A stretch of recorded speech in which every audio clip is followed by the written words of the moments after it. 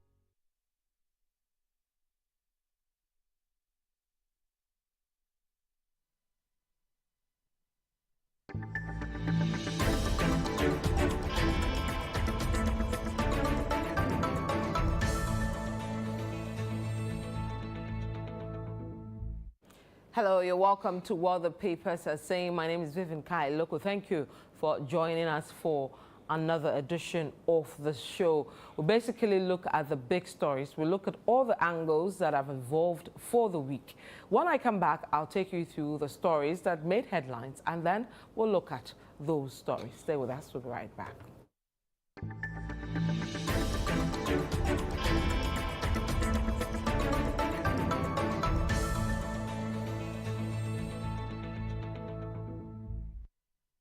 So welcome back to What the Papers Are Saying. Of course, the big story for the week has to do with the Parliament of Ghana, where the expectations over how the Speaker of Parliament will deal with the return of his members to Parliament on Tuesday.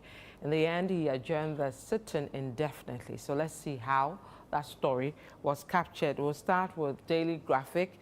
They say Parliament adjourns indefinitely, government business suffers, NPP MPs to trigger recall.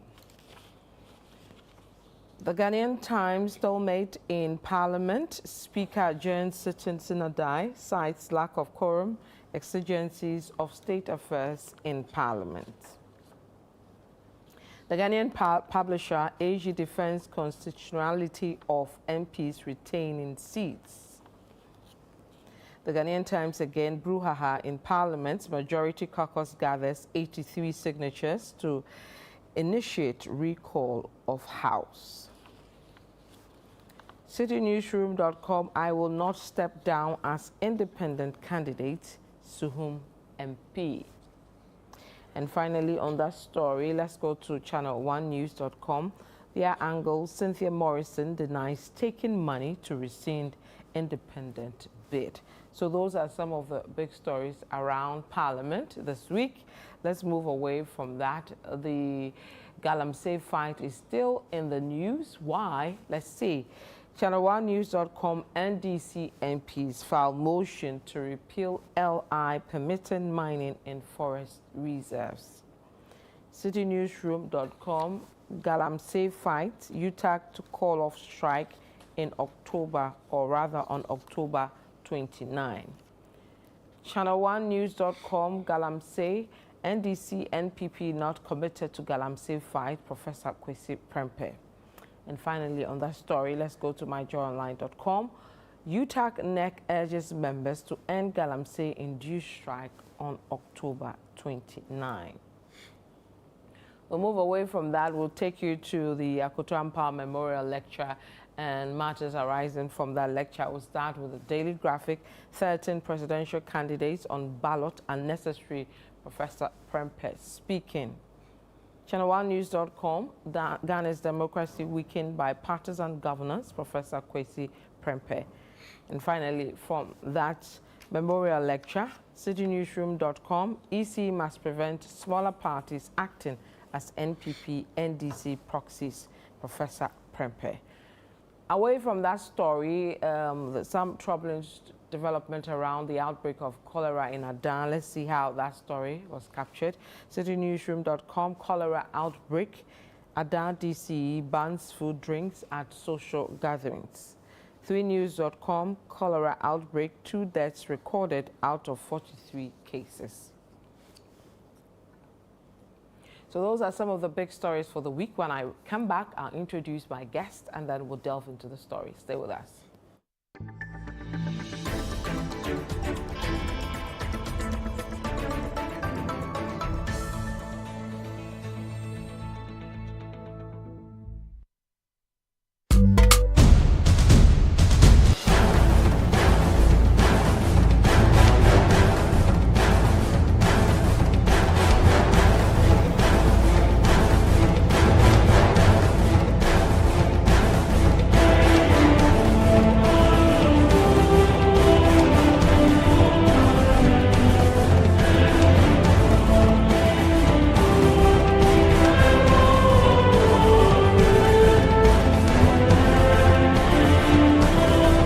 Complete this rhyme. Twinkle, twinkle, little star. How are you working? How? Who is that?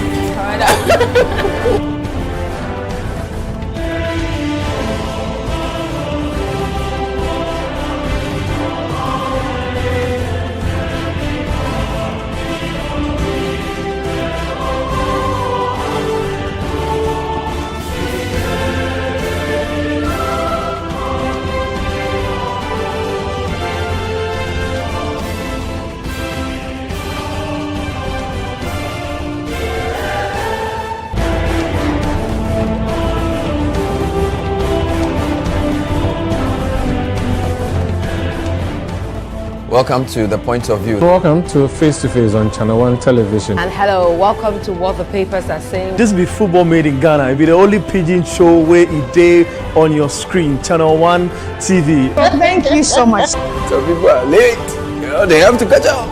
City TV is now Channel 1 TV. You understand? This is Channel 1 TV, telling your story, empowering change. Today, I have Elvis Darko, Managing Editor for News Center. Mr. Elvis Darko, welcome. Thank you. And I also have with me Sami Wiafe here with us at Channel 1 TV as well as City FM. Sami, welcome. Thank you very much, Vivian. All right, so gentlemen, we'll start with a big story for the week having to do with Parliament, where the Speaker has adjourned sitting indefinitely. We'll start with his ruling, quote unquote, you know, on Tuesday, adjourning the House indefinitely. Let me start with you, Elvis. Did you see that coming? I saw it coming because personally that's the view I hold. Okay. That if people voted for you that go and represent us on the ticket of a political party, the moment you choose that you are going to contest on the ticket of another political party, you don't have a contract with the people anymore. Because they didn't vote for you as an individual. They voted for you largely because you stood on the ticket of a political party. So at the point that they have filed their nominations, and it's clear that they are contesting on the ticket that is different from the ticket they contested in 2020, then obviously to me, they don't deserve to be in Parliament. But that's for the next dispensation, not No. for the current one. No, it's not about the next dispensation. Go and sit when the next dispensation votes for you, then you come. Because those who voted for you, they voted for you because you stood on the ticket of a political party. There are people who stood as independent candidates, they didn't vote for them. There are people who stood on the ticket of the opposing party that you won against. They didn't vote for that person because they wanted you and their party to be the one that represents the constituency. So for me, so long as it is a political party that nominates you in the primaries, and then it is on the ticket of that political party that you file a nomination to contest the election. If you decide that you are going to do something else, then you don't deserve to be in Parliament. That's my position. Okay. So for me, I really didn't have any problem with the Speaker's ruling. Because I think that we are not in a parliamentary democracy. We are in a presidential democratic system. If it was a parliamentary democracy, that way it could have been the moment you cross now, everyone knows where you are going. So for me, I'm clear in my mind that in this country, That's why independent candidates find it difficult to win anything in this country. Because people largely vote because of party, not the individual on the ticket. Right. Yes. So if somebody voted for you because of the party, because you are the one representing the party, that is why the person voted for you. If you are representing any other party, the person might not vote for you because Ghanaians vote largely for people based on the political party, not because you're the individual who is standing. Right. So Speaker declaring those seats vacant, you agree with that? I agree with it. What about the majority's move going to the Supreme Court and the Supreme Court asking the Speaker to stay? Yes. So you see, this is the beauty of the rule of law. The Speaker has done his work. Yeah. The Speaker's work is subject to Supreme Court's control. Because it's a matter of interpretation of the Constitution that we are talking about now. Because it's the Constitution that said that if you contest on the ticket of a political party and then you choose that you no longer contest on that ticket but you contest on any other ticket, then the action Speaker must take place. It's in the 1992 Constitution. And the framers of the Constitution put it clearly there that if it comes to anything about interpretation of the Constitution, it is the clear purview of the Supreme Court of Ghana. So for Speaker, he has done his work. But when the majority went to the Supreme Court, and the Supreme Court said, yeah, we have an injunction before us, the majority says, if what the Speaker had done is allowed, it will injure them in so many ways. And therefore, they want an interpretation. However, to prevent that injury that they really anticipate, there should be an injunction on the decision of the Speaker until the Supreme Court decide whether the interpretation of the Speaker is right or wrong. So the Supreme Court has not said the Speaker is wrong. Neither has it said that the Speaker is right. That's right. The Supreme Court says that people have come to court to say your action has the potential to injure our interest. And therefore, hold on that decision for now. Stay the decision. We will look into the interpretation of what the people are seeking. So, for now, the Supreme Court did not say Bagbe is right or wrong. That's right. They only said that, hold on to the decision, we will do the interpretation, and at the end of the interpretation, if Bagbe is right, then the decision stays. If Supreme Court says it's wrong, the decision now is nullified. Okay. So as we speak, the Supreme Court has not nullified Bagbe's decision. That's true. They only said that, hold on until we give the interpretation. At that point, I think that the Speaker should accept that the ruling of the Supreme Court is supreme and should have said, I'm staying my directive on this according to the Supreme Court directive, so that things return to the status quo until the Supreme Court decides. So he shouldn't have adjourned the House? No, not at all. He should have continued with proceedings. When he said that he was served, when he said he has been served with the ruling of the Supreme Court, he should have just gone ahead to say that because of that injunction, we will return to the status quo and wait for the Supreme Court's actual interpretation of what I've done, so that business goes on. So I fault the Speaker for not adding that to it. The fact that he failed to add to it that he is abiding by the ruling, that is the problem we have. Because if he had said he's abiding by the ruling, the NDC would have moved to their minority side and NPP would have sat in their minority and business would have continued. Yeah. But because he failed to add that, and then he's now giving an excuse that lack of quorum. Who caused the lack of quorum? You caused the lack of quorum because you refused to abide by the ruling of the Supreme Court, for which reason the majority decided to walk out. So I think that, in my view, an arm of government like Parliament and the Speaker of Parliament should not be disregarding the Supreme Court decision, because it has the potential to create chaos in this country. Because if an arm of government decides to disrespect the Supreme Court, you open the door for anybody to also say, I can also disregard the Supreme Court.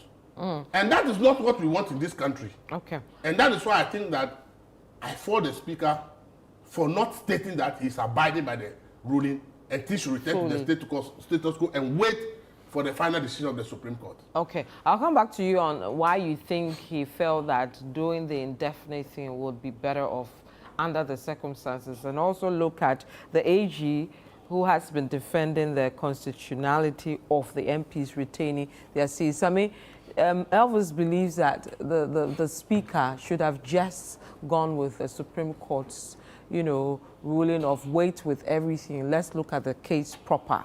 And he feels that that wasn't a good one for him to have indefinitely ruled the thing. For me, I was expecting the speaker to adjourn the House because it's a matter of power play. And Parliament have always said that they are the masters of their own rules and the masters of their own game. So agreeing to go by what the Supreme Court has said, there may be the temptation that we are then, reducing ourselves to the dictates of the Supreme Court, which Parliament has always said that is an arm of government and it does not want to come under any other arm of government. And so, for me, I was expecting this particular. You are not surprised with the ruling? No, I wasn't. Speaker. I wasn't at all. I wasn't. You didn't believe that or think that he would have said, okay, I'm going with the Supreme Court, so let's go back to what we... Because there have been instances where there have been issues of the Supreme Court and Parliament. There have been issues of the executive and Parliament. We've seen letters, written several times among those three institutions. So the Speaker had, from day one, since he assumed the speakership, I've always maintained the independence of the legislature or Parliament. And so it does not want to have any other arm of government more or less try to control the work of Parliament. And so for me, I was really expecting this particular adjournment from the Speaker. But Vivian, in all this, I have always said that if only the Speaker has exercised a bit of discretion, we would have avoided whatever we are seeing now. Why do you say so? Okay. As Elvis said, I agree with what Elvis said, that indeed the Speaker, if the people cross carpet, the Constitution is clear. They have what they are supposed to do. I'm not a lawyer. I won't pretend to be a lawyer. I've never been to law school, but maybe in future I will consider that. But ever since this issue came up, I've heard lawyers speak and several interpretations. And what majority of them have said is that it is only the High Court, which they quote Article 99(1)(a) of the Constitution, that can declare a seat vacant. Only a High Court that can do that. But did we just realize that as a country? Well... Because this declaration of a seat as vacant is not new. It's not new. So all of a sudden we realize that the High Court... It's not new. And because in previous instances, it's only been one seat. One seat. But this time around, 4. It's only a game of numbers. So that is why a lot of people are raised, or are paying more attention to this. Because in the previous, the last time we had this was, I think, somewhere in 2004, when Amenfi Central, or is it Amenfi East or West, one of them, and then Wayo Fuseni of, I think, Tamale Central. Yes, when this issue came out, since 2004. The latest one we became closer to was 2020. Yeah. The Formina instance. But it was just one seat. But this time around, we are seeing a block of 4 seats at a go. And is that why there's this problem? The more reason why there's this particular problem. And so the more reason why people are paying attention to this one because of the number of seats involved. And the people who have heard speak on this matter say that the High Court is the only institution mandated by the Constitution, and the Constitution is supreme. Parliament has its own standing orders, which governs the ruling activities of Parliament. But the standing orders of Parliament are not above the Constitution of Ghana. Every law in Ghana or every convention, whatever, comes under the Constitution. So my judgment, or what I've said previously, is that if only the Speaker has exercised a little bit of discretion by not declaring this seat vacant, would have avoided the constitutional crisis as we see now. Because now it's between the Supreme Court and Parliament, which is above which. I'm not sure the Speaker will sit down for the Supreme Court to be above it. And neither am I seeing the Supreme Court to sit down for Parliament to also disrespect in quotes. I've heard members of Parliament say that the Chief Justice should have been cited for contempt of Parliament. I've heard others also say that the Supreme Court should have also cited Parliament for contempt if it had gone against what we really did. So it's a constitutional crisis that we are facing. And the earlier we find a solution to this, it was better. But the solution would have come in the hands of the Speaker. Indeed, this people has heard, but some few months, this Parliament is going to last for only 3 weeks. after 3 weeks, this parliament is gone. Elections will come very soon.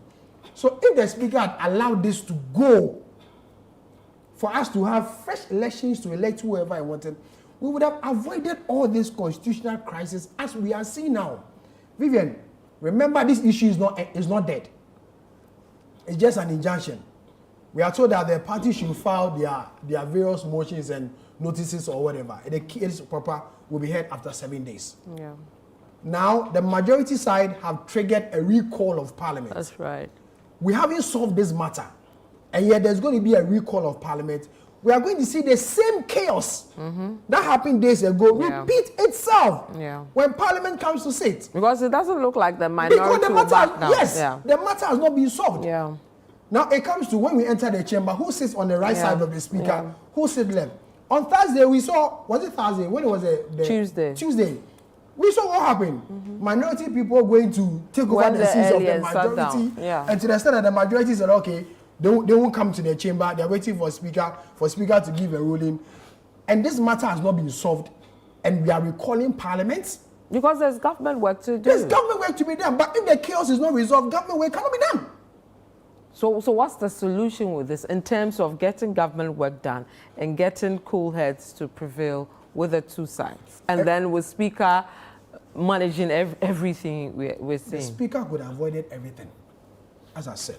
Vivian, now, depending on where the ruling will go from the Supreme Court, there will be chaos in the House. Whichever way. Whichever way it will go, there will be chaos. Okay, speaker should revert the decision or speaker should implement the decision. Which way ever it will go, I anticipate chaos in this House. The more reason why I'm against the recall of parliament, because I'm going to see chaos in the House. Secondly, Vivian, 2 months, it's not even 2 months now. It's 6 weeks to election. Yeah. If the people decide that the vehicle in which they sat in to come to parliament is no more a proper vehicle for them, and they want to abandon the vehicle and use a different vehicle, it's not 1 year to election. It's not 2 years to election. It's not 3 years to election. Now you declare their seat vacant. For the next 6 weeks, the people will not have representation in parliament. The others who have made arguments about Guan, constituency and the rest. How is that different? And even theirs was longer. Longer, 4 years, we agree. But the argument is also that that particular constituency had not been created going into the 2020 election. It had not been created. Now it has been created. So 2024 will have the constituency. But these members of parliament have a constituency which have been created. And they have a serving member of parliament. You deny them of membership or representation because of switch and a discretion the speaker could have exercised. The speaker can review or vary their standing orders one way or the other. For me, I still maintain my position. The constitutional chaos, the constitutional crisis we are facing now could have been easily avoided if Speaker Babi, one man advanced so much, could have just exercised a little bit of discretion. A little bit. Now, if Parliament is recalled, what business are they going to do? Because there's going to be chaos in the House there. And Speaker Babi will not have the peace of mind to supervise sitting in the House. Because there will be no House. Reason why he said indefinitely. But then, upon your marking majority, whether it's majority or minority there, upon your marking leader have triggered of the House, a recall. They have triggered, and per the standing orders, they have the right to. They have the right to. And when the speaker gets a number of signatures, he has no option than to recall the House. You call back a House in chaos. We are here to see. We'll report it as it is. We'll see how he managed that. Let's not confuse ourselves. Yeah. If there's a coup today, there will be no parliament. So they should stop deceiving themselves that they are equal. They are not equal. The executive and the judiciary remain even in a military dictatorship. But there's no parliament when there's a coup. And there's no executive. We have had two presidential elections that ended up being challenged. Where did they challenge it? The court. The Supreme Court. Did they challenge it in Parliament? Why didn't they are Supreme, so they should come and challenge it in Parliament? We have in these 8 years, in this 16 years republic, President Mills came to power and dissolved BOG board. And senior lawyer Okujeto took the matter to the Supreme Court. The Supreme Court ruled that President Mills was wrong. does it mean that the judiciary is controlling the executive? President Akufo-Addo regime had this back and forth with Dome level. Somebody went to court for interpretation of the Judicial Service Act to show whether a president has the power to tell the Auditor General to go on leave or not. The Supreme Court, Akufo-Addo being president, sitting president, ruled that Akufo-Addo is wrong and that no president has the power to tell the Auditor General to go to court. Is judiciary still not the arm of government? So it doesn't mean that judiciary is controlling the president, the executive. So that argument that Parliament is not under the direction of, it's just something they are saying to confuse anybody. It doesn't exist anyway. That is what they must understand. The supreme law of Ghana is the Constitution. The Constitution was not written by Parliament, though.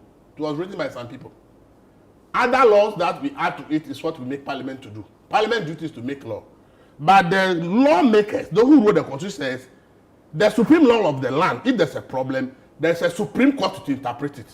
So Parliament must understand that though they are arm of government, there are powers that the Supreme Court has that they don't have. And they should restrict themselves to their corner and stop confusing the public that they are not under the control. Those who frame the Constitution know and anticipate that things like this will happen. That is why they gave the power to the Supreme Court. I know that there's this argument that some lawyers are making that constitutional issues should not go to the Supreme Court direct, and that it should start from somewhere like the High Court, so that it goes to the appeals court before it gets to the Supreme Court, and that the system we have where any challenge about the Constitution goes straight to the Supreme Court, they think that it doesn't give enough room to exhaust the process, because if you go to the Supreme Court straight, the only one available option is a review. And therefore they believe that there are other jurisdictions where constitutional matters go to the Constitutional Court, and then if they don't agree, go to the Supreme Court. So there are lawyers who have made the argument that we should review the Constitution and say that if there's anything about interpretation of the Constitution, it should start from the High Court. That has not been done yet. So we can only work with the Constitution we have now. So if you look critically at the supreme law of Ghana, with the Constitution, we are all to abide by what is the Constitution. And that Constitution says the only institution that can interpret what the Constitution says is the judiciary. Then the parliamentarians should stop deceiving us that they are not under anybody's control. What about independence of the arms of government? You are independent to make your laws.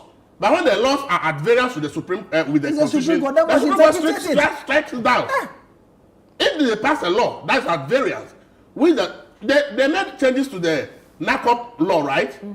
Someone wants the Supreme Court to challenge and says that change made to that law is inconsistent with the Constitution and it's illegal. Elvis, and the Supreme Court agreed. Elvis, you've gone too far. Not even the LGBT law. Do you understand it? So they are Parliament duties to make laws.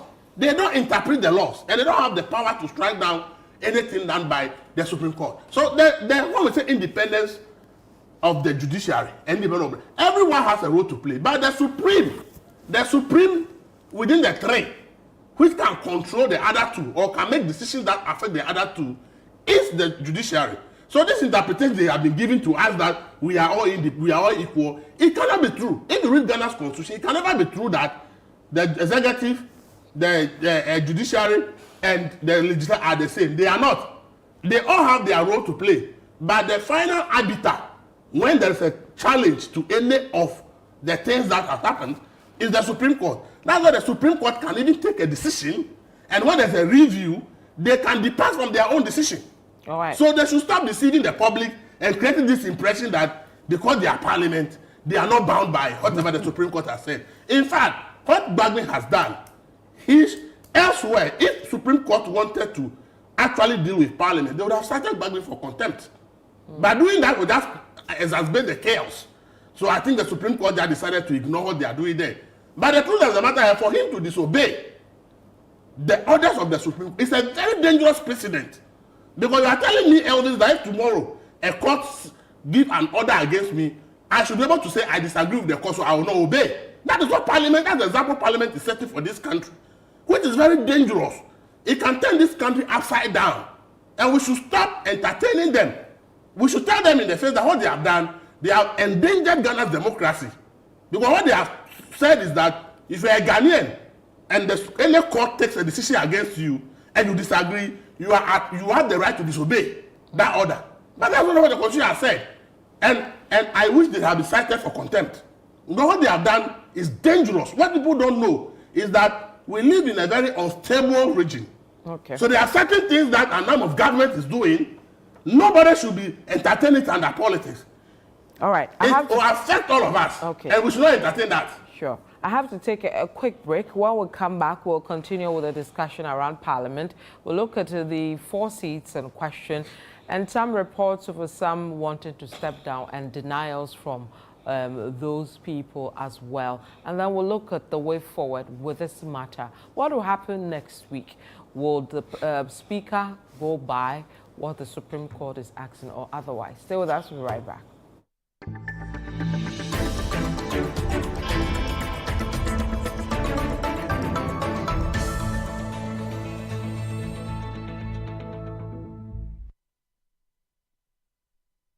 We all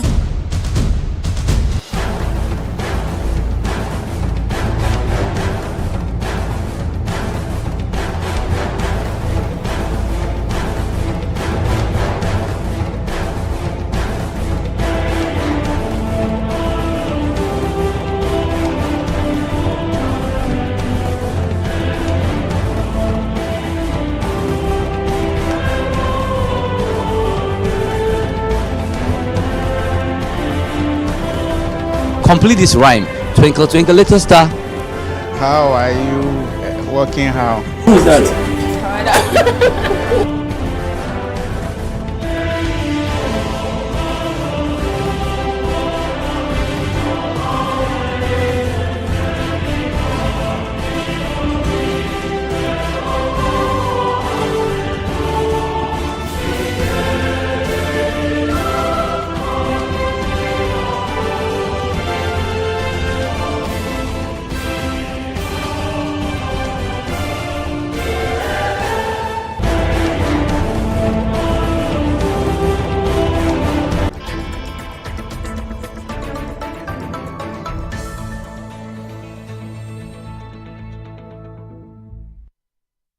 You're welcome back to What the Papers Are Saying. My name is Vivian Lokko. In the studio, I have Samiri Afi as well as Elvis Dako to look at the various angles by newspapers on the big stories. We're looking at the discussion to do with Parliament and the Speaker's ruling to adjourn the House sitting indefinitely. The majority side has triggered a recall. So we'll take the discussions from there. So, Sami, we take the Ghanaian Times, for example. It says, brouhaha in Parliament, majority caucus gathers 83 signatures to initiate recall of the House. So, what are we likely to see next week? For me, it's unnecessary, if you ask me. The recall is unnecessary because there's already an issue you are solving. That issue has not been solved yet. And you want to enter into that particular issue, there's chaos, for want of a better word. And you've not resolved that chaos, and you want to come back to that chaos.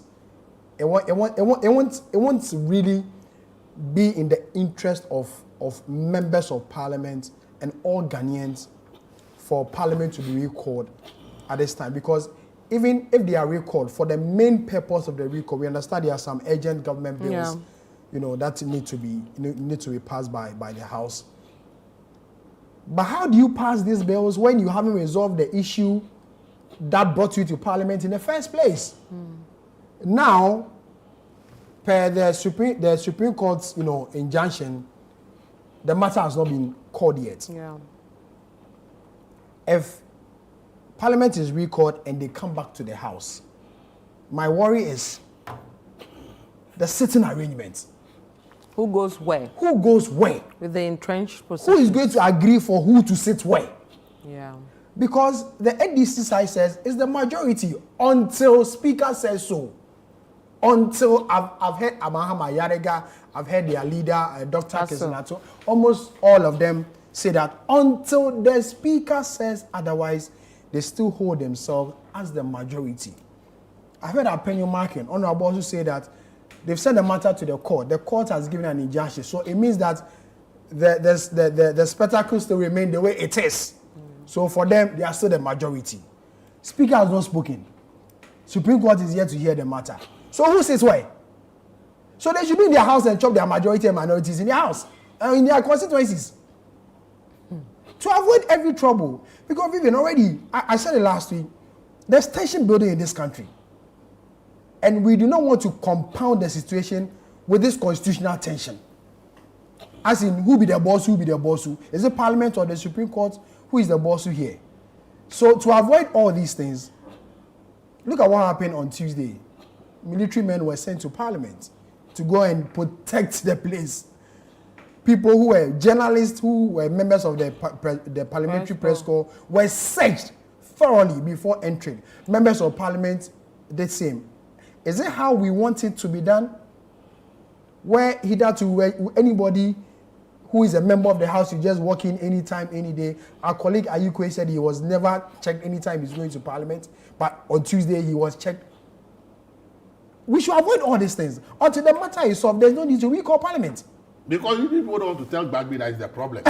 It is not Parliament, the problem is Bagby. So he should call everybody to her and say, I'm going by the Supreme Court. Of course, that's the solution. Original position. And for me, if he's not done it by Monday, I will wish the Supreme Court cite him for contempt. And Elvis, that can never be done. Why can't it be done? It will never do that. It will never be done. He won't do it. It will never so be done. So the whole country should let one person to hold us to ransom. Because are we saying that Bagby has the power to hold the whole country to ransom? The reason why I feel it will not be done, because if you listen to his communication very well on Tuesday, he only said that he cited the Supreme Court issue. Yes. He only cited it. He didn't go into details. So why didn't he abide by it? That's the question we should put to him. This is the question we should also ask him. So if he refused to abide by it, he should be cited for contempt. Now he has not abided by it, and he will never abide by it. So he should be cited for contempt. We cannot sit in this country. The president of the land does it, and people tell him that, Mr. President, you are wrong. Are people not demonstrating that the fight against Galamsey, they are not happy, so the president should send more people? Are people not demonstrating? People should demonstrate to Parliament and tell Bagby that that thing which is doing there has put the country in serious danger. We should not sit down. There's no constitutional crisis. It is Bagby's high-handedness. That is what is this problem. Why are we afraid to say the thing? We should tell him the lawsuit was between Bagby and Supreme, not the minority. The suit that my MPP filed was between Supreme Court and the Bagby. It's not about NDC minority. So if Bagby is wrong, why are we scared to tell him that, Master, you are wrong? If the Supreme Court can shut down President Mills and say you have no power to dissolve BOG board, if Supreme Court can tell Akufo-Addo that you have no power to tell an Auditor General to go on leave, why are we saying that the Supreme Court cannot tell Bagby that what you are doing? The Supreme Court has not even said you are right or wrong. It says hold on till we decide. And we are sitting down for 1 month to hold the whole country into right now. We are saying that there's chaos. There's no chaos. We cannot allow 1 month to this is the problem we are having. See, we must be true to power. We cannot let one person hold the whole country to ransom. Do you know what we are doing to ourselves? Do you know the message we are sending to investors in this country? Do you know how investors will see the country? Do you know that there are two major mining agreements in Parliament, lithium and bauxite? Do you know that the investors have money sitting somewhere waiting for Parliament to approve their agreement for them to bring in money to come and invest? Where will people get the jobs if companies need parliamentary approval so that they can bring in money to come and create jobs? And then we are sitting down for 1 month to stop all these things from happening. And then nobody wants to tell Bagby that it's wrong. We should stop that. The president of the land is told in the face that you are wrong on this or that. Okay. So why is that the Speaker of Parliament cannot be told that he's wrong on an issue? Parliament's only duty in the Constitution is to make laws. They don't interpret laws. The Constitution didn't give them that power. Interpretation has been given to the Supreme Court. They are doing their work. Okay. And the man is disobeying. Nobody wants to say the man should be cited for contempt. Okay. Why are we scared to tell Bagby that he should stop what he's doing because he's endangering the country's democracy? Okay, let me take issue. A few of views from viewers. Now, somebody says he has informed Parliament, which means he's duly accepted what the Supreme Court asked him to do. And so by doing that, he's not holding anyone ransom in reaction to Elvis's position. This one is to you, Sami. This person says, I'm Pat. I don't agree one bit with Sami Wiafe. When Michael Quaid declared the seat of some members, did he think it was wrong? Ghana yen can no query. That's Two a wrongs problem. can never make right. When Two we wrongs are can talking never the make about person right. must understand that Two wrongs after can somebody never challenges make right. the decision in court, you cannot say that Sami did not. Two wrongs Sami did never not make go right. to court. Did anybody go to court in the Okwe issue? No The one answer is did. no. So if you one don't go did. to court, that decision will remain until somebody challenges in the Supreme Court. And this is what Ghanaians must understand.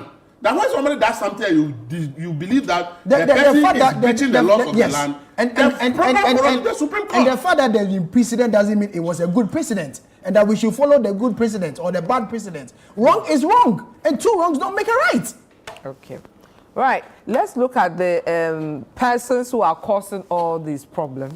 The 4 people who 3 have decided to go independent, and the 4th going back to his original, his former love. That's for Mina.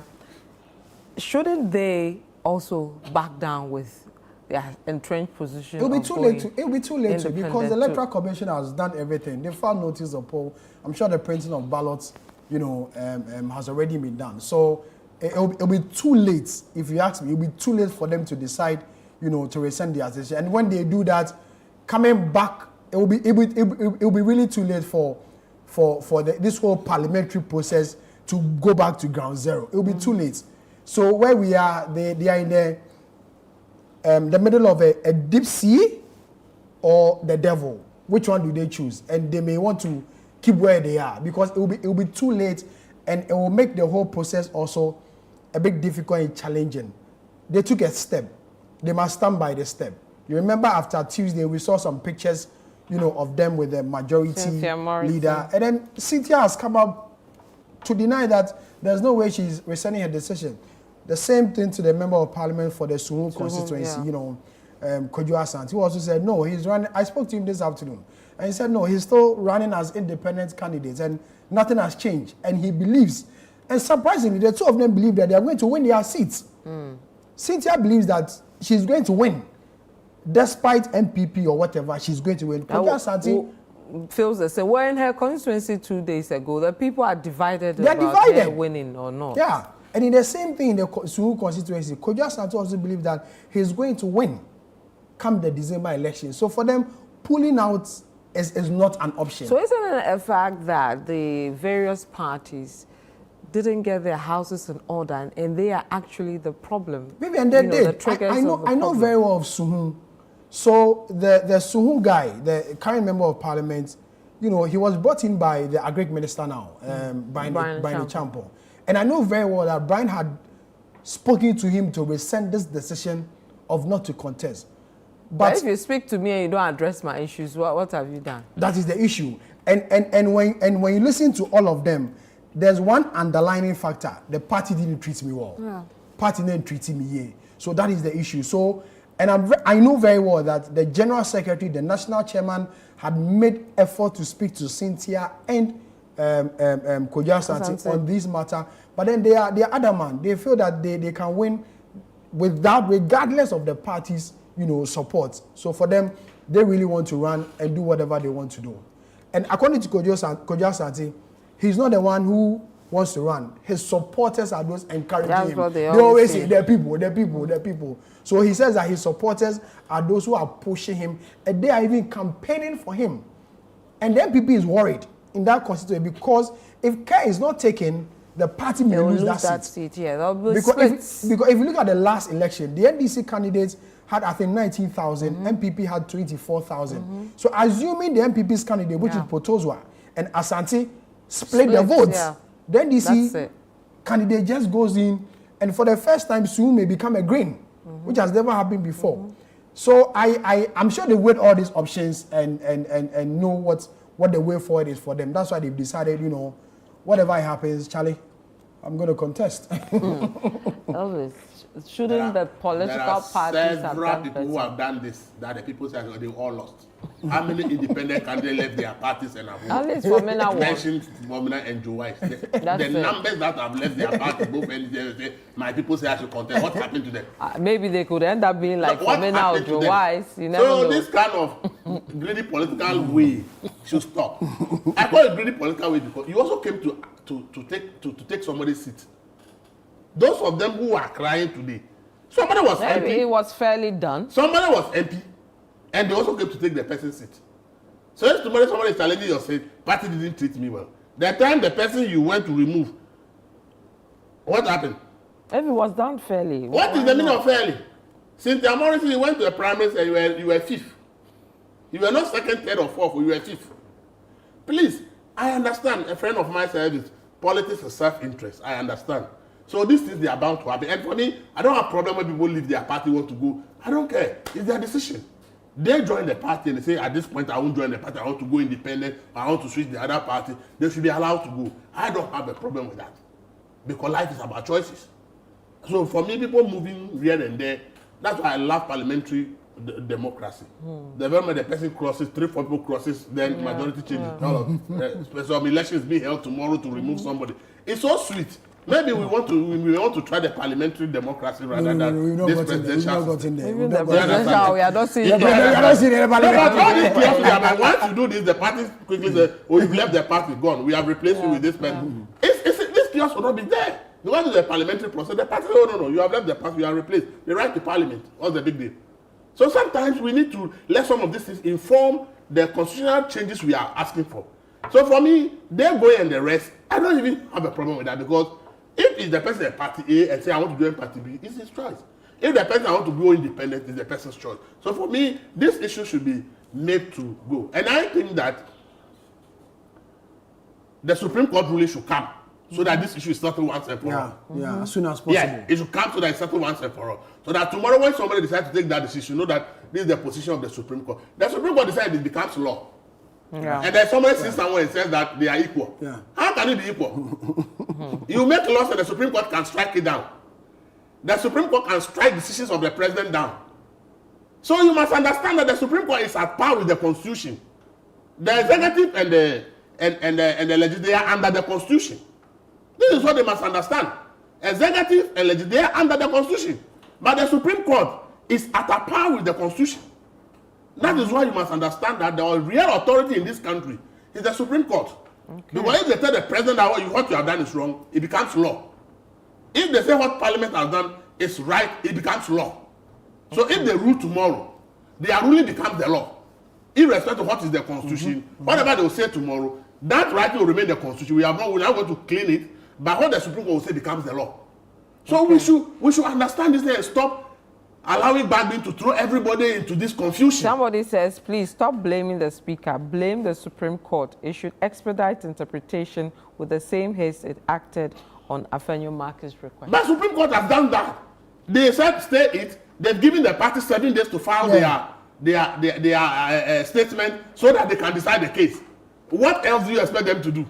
The more reason why I'm against this recall, let the Supreme Court deal with this matter before you recall Parliament. What are you calling them for? Because you are refusing to abide by the Supreme Court. In fact, I don't even see why NPP is calling is asking for this recall. They should be citing Bagby for contempt.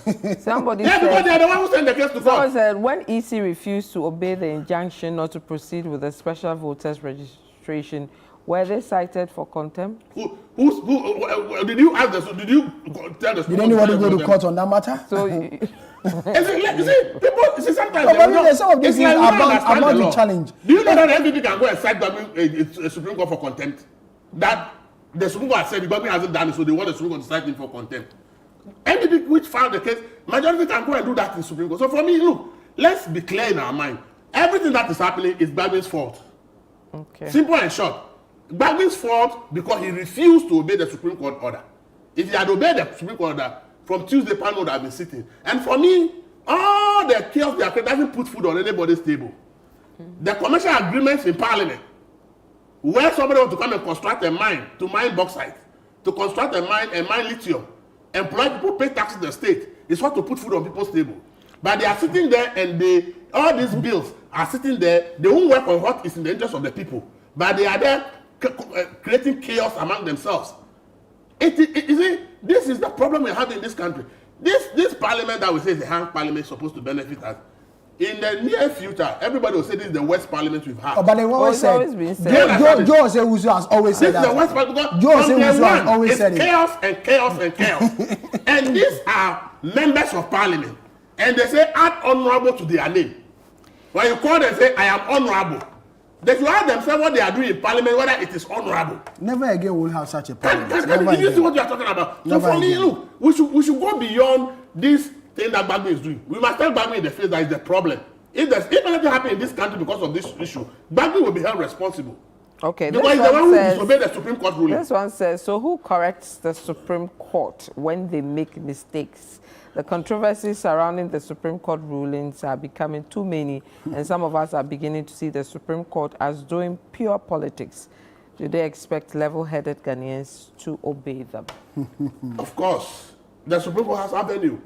And that's why I said that some lawyers are even arguing that taking constitutional interpretation to the Supreme Court directly doesn't give room for enough exhausting of the issues. So there's a legal position. To start from the High Court. To start from the High Court. Goes to the appeal court before the Supreme Court and then review. But the avenue you have that is too narrow. That you take a case to the Supreme Court, and when you lose, your only option is one review. A review. And when you lose that review, that's the end of the case. So there are legal luminaries who are arguing that other countries have systems where constitutional interpretation starts lower from the Supreme Court.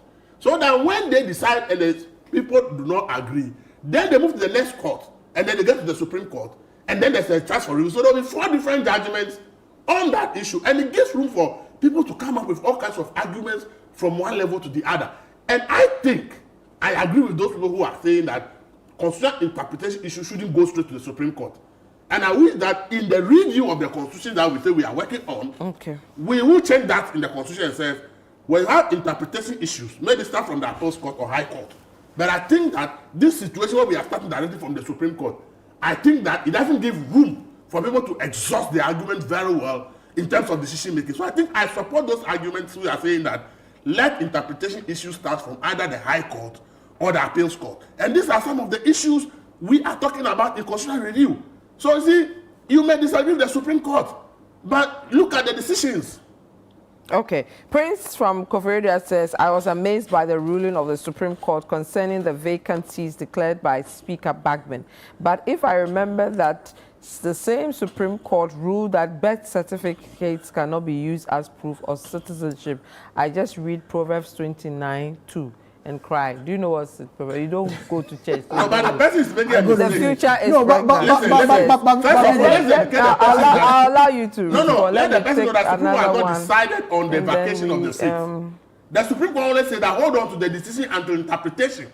So the Supreme Court has not decided whether Gbagbo was right or wrong. People are under the impression that Supreme Court said Gbagbo is wrong. Supreme Court has never said that. No one said that. It says that hold on to the decision, let's do the interpretation, and then we work with the interpretation in the interest of the nation. Okay, this one says, you guys cited the suit between the president and Yao Domlevo, but you should be honest with the issue. Just imagine the timing the Supreme Court took before bringing that case to finality.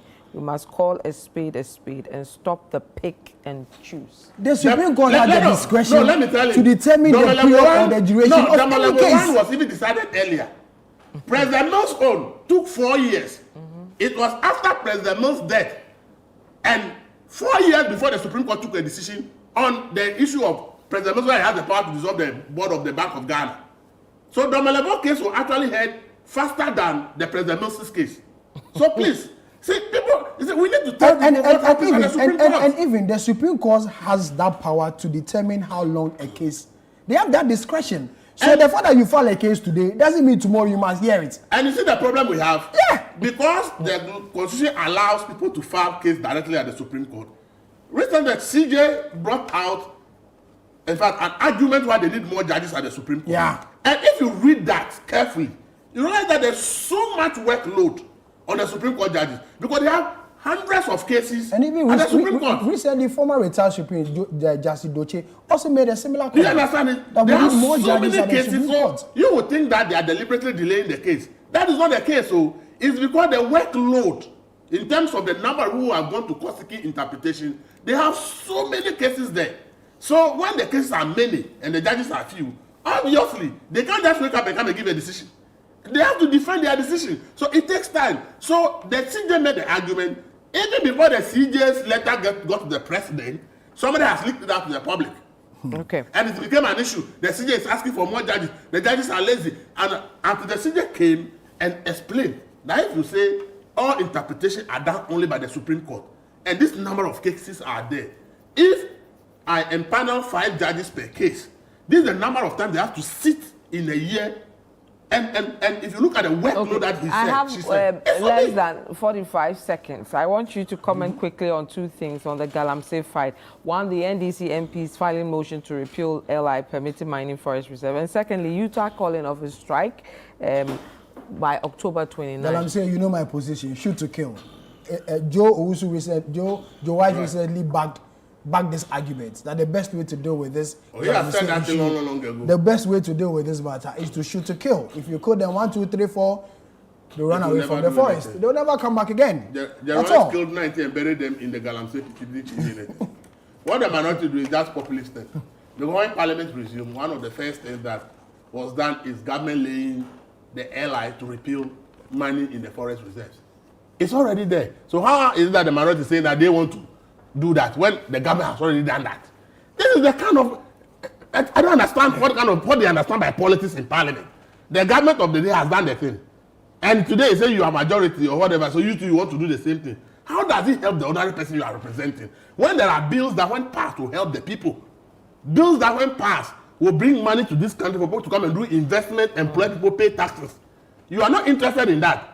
You are interested in something that is not going to help the ordinary person because you are doing politics. Election is 6 weeks away and everybody wants to win. So everyone wants to play a tactics that will enable them win. And the people who voted for you will be struggling. We need to look at the interest economically because whatever they are doing in this country, whether it's health, road and everything, the backbone is the economy. You need money to run them. So we must focus on the economic issues. Thank you very much, Elvis Darko, Managing Editor of News Center, and Samiria Afe here with us at Channel 1 TV as well as City FM. Thank you too for staying with us. We'll come again next week. My name is Vivian Lokko. Bye-bye.